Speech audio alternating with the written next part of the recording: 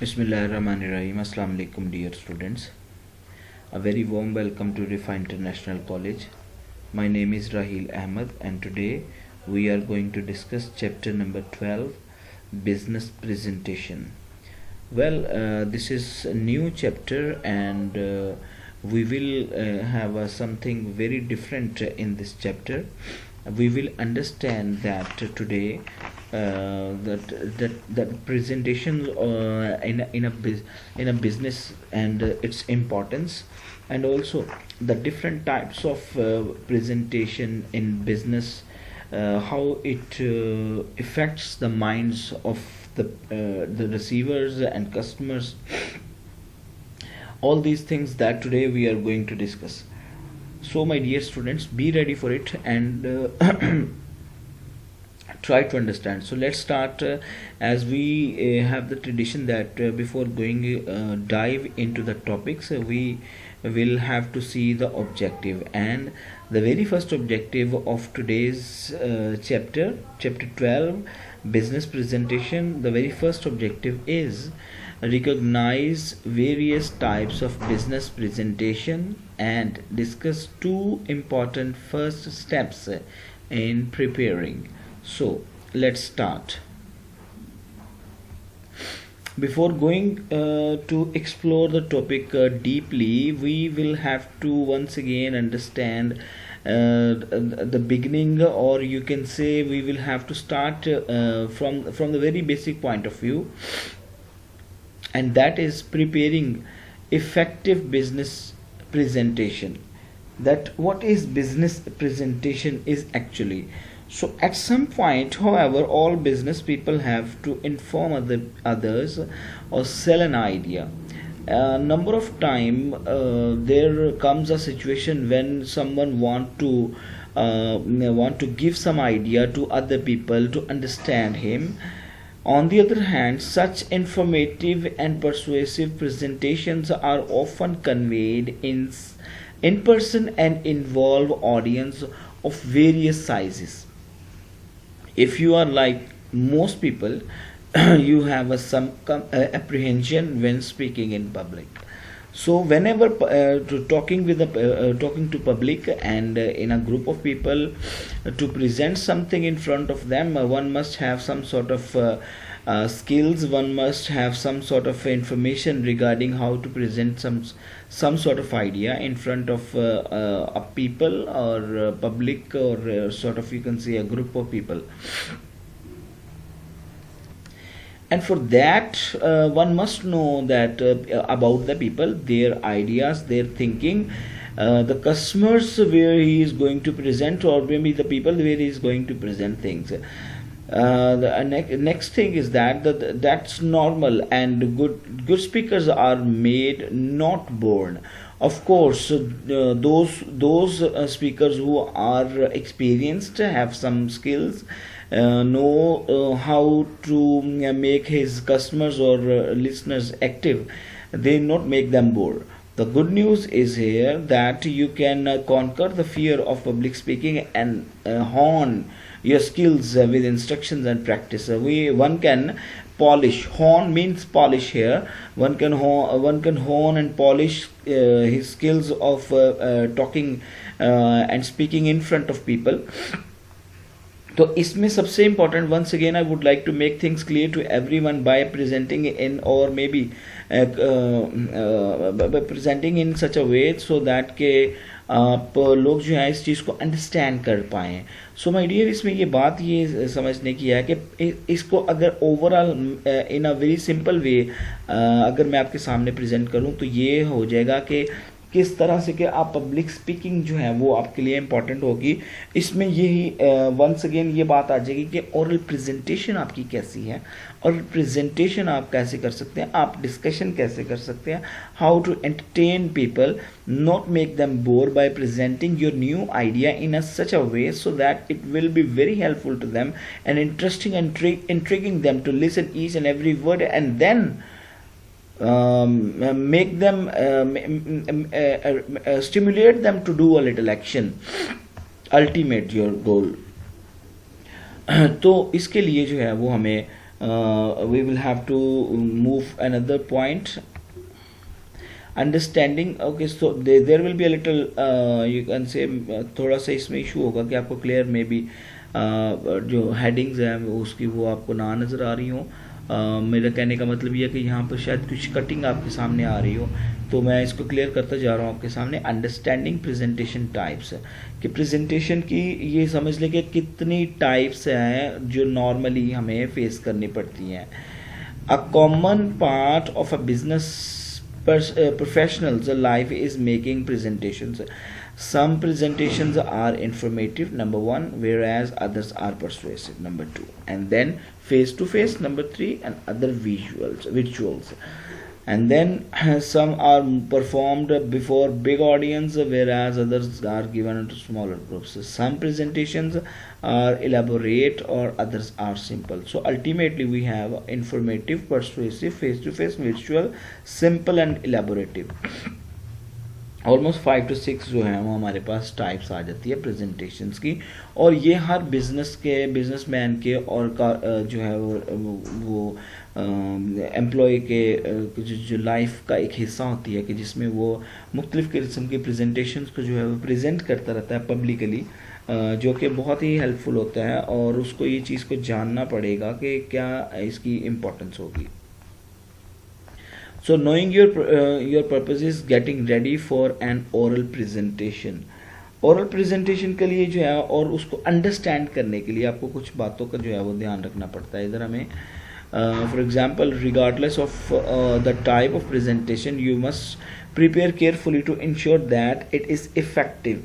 तो सबसे पहली जो चीज़ होती है इसमें हमें इफ़ेक्टिवनेस जो है वो किसी भी प्रेजेंटेशन में जो है वो उसमें टाइप्स की ज़रूरत नहीं है, बल्कि उसकी इफ़ेक्टिवनेस जो है वो उसमें इम्पॉर्टेंट है कि कितना वो इफ़ेक्टिव होगी, स्ट्राइकिंग कितनी होगी, कितने वो नॉलेज जो लिसनर्स हैं उसकी जो उनकी इंटेंशंस को वो इफेक्ट करेगी, उनका माइंडसेट को चेंज करने की कोशिश करेगी. Because in a presentation of course a person is going to present something new, something very unusual, maybe something that the thing that the listeners or the customers didn't have do not have listen that about that particular thing or an idea.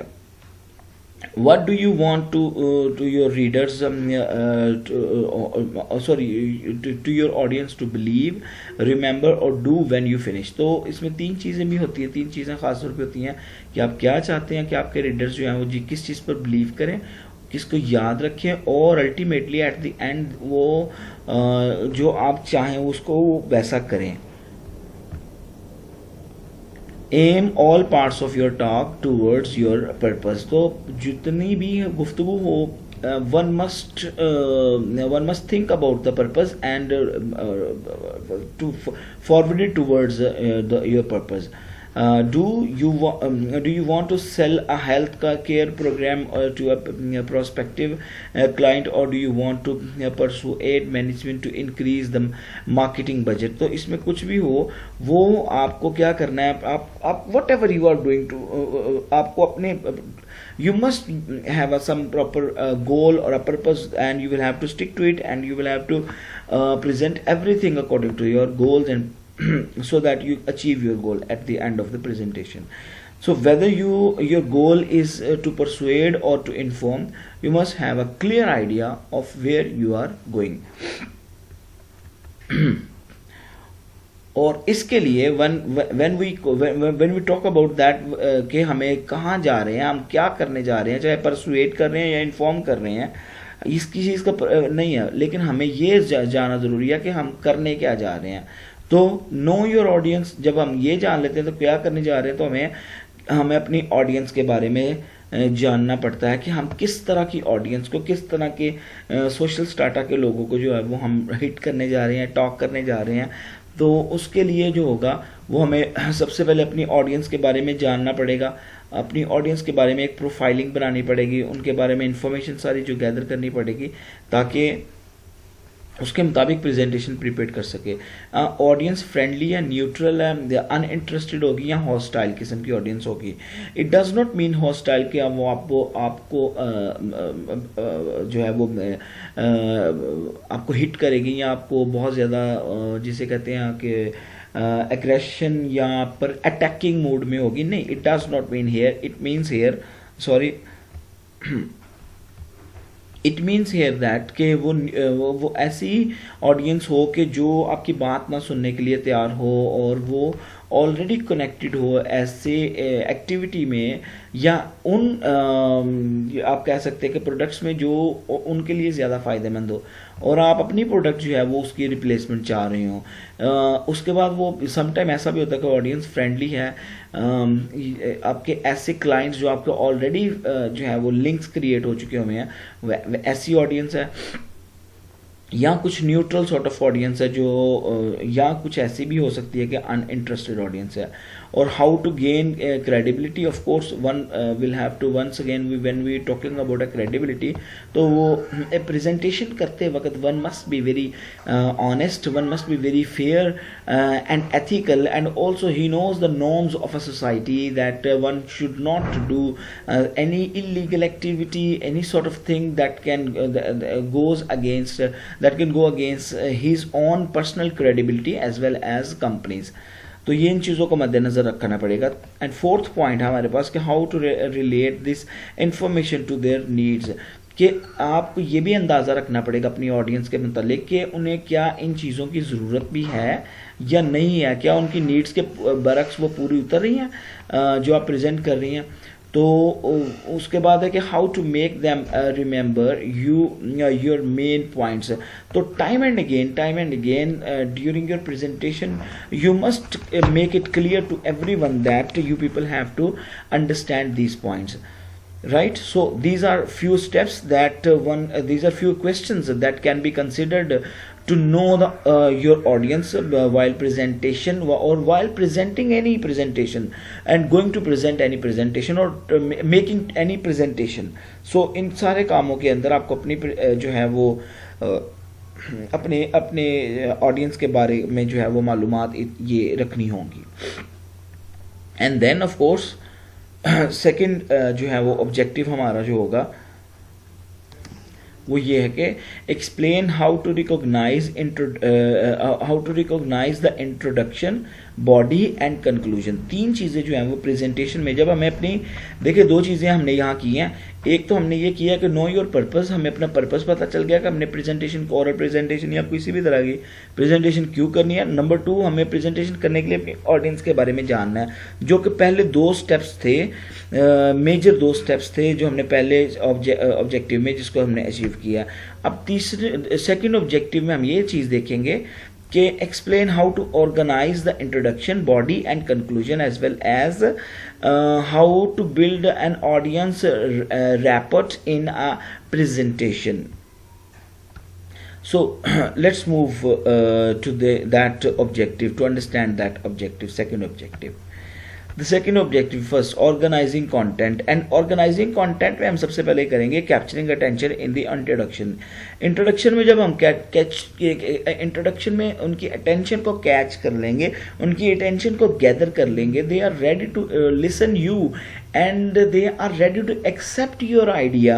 of course at the beginning you will have to show them the most important thing, grab listeners attentions and get them involved by opening with a promise, story, sterling fact, questions, quotations, a relevant problem, or a self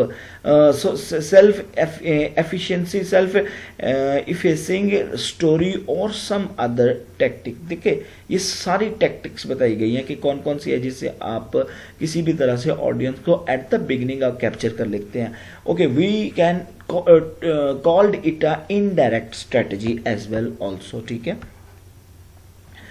then आ जाता है identify yourself and establish your credibility. तो अपनी जो credibility है, honesty है, ईमानदारी है, उसको भी डेवलप किए रखना पड़ता है अपने आप को जो है वो प्रूव करने के लिए, और अपनी सेल्फ को प्रूव करने के लिए। Not only yourself only have been credibility, उसका जो ऑनेस्टी है वो क्रेडिबल होती है, बल्कि उसी की बेसिस पर कंपनी या ऑर्गेनाइजेशन जिसको आप रिप्रेजेंट कर रहे हैं वो भी। Preview your main points before going to or present the idea। one must preview your main points, one must know what sort of main points you are going to present, and then establishing audience rapport rapport means to say relationship.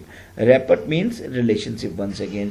हम आहंगी जिसे कहते हैं, ताल्लुक जिसे कहते हैं, ठीक है. Good speakers are adapt at building audience rapport. कहता है कि जो इतने भी अच्छे जो होते हैं स्पीकर्स होते हैं या जो रिप्रेजेंटेटिव्स होते हैं ऑफ एनी कंपनी, वो इस काम में माहिर होते हैं. They are adept in building audience rapport. They form a bond with the audience. They make a relation with them.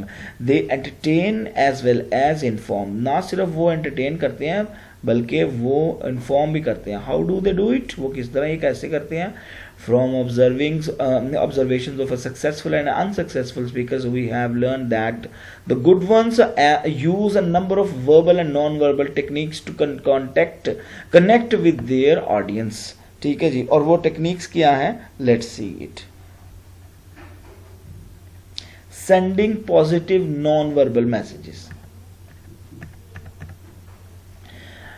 Look professional. जब हम पॉजिटिव और नॉन वर्बल मैसेजेस भेज रहे होते हैं तो उसमें ये वो टेक्निक्स हैं जो कि एक शख्स को जो इस काबिल बना देती हैं. मैं वंस अगेन आपको रिमाइंड करवाता जाऊंगा जो प्रीवियस पॉइंट था हमारा कि किस तरह से ऑडियंस के साथ आपने रिलेशनशिप रैपिड जो है वो डेवलप करनी है. उसके लिए क्या करना होता है? सेंडिंग नॉन वर्बल मैसेजेस, मतलब ऐसे मैसेजेस में आपकी अपनी सेल्फ नहीं है. लुक प्रोफेशनल, उसके दौरान आपने बहुत प्रोफेशनल लग रहे होते हैं.